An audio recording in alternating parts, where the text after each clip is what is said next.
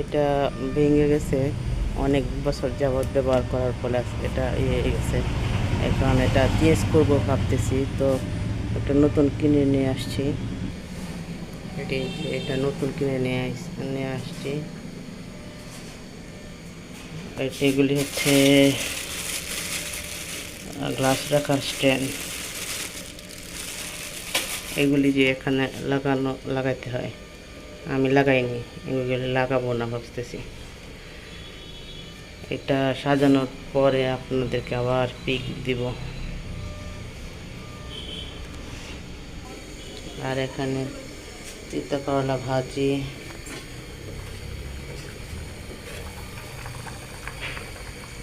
ডিম আলু দিয়ে তরকারি রান্না করা হয়েছে।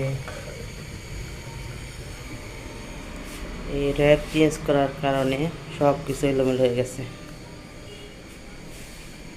এগুলি সব গুছাইতে হবে। এই যে সব কিছু এলোমেলো হয়ে গেছে।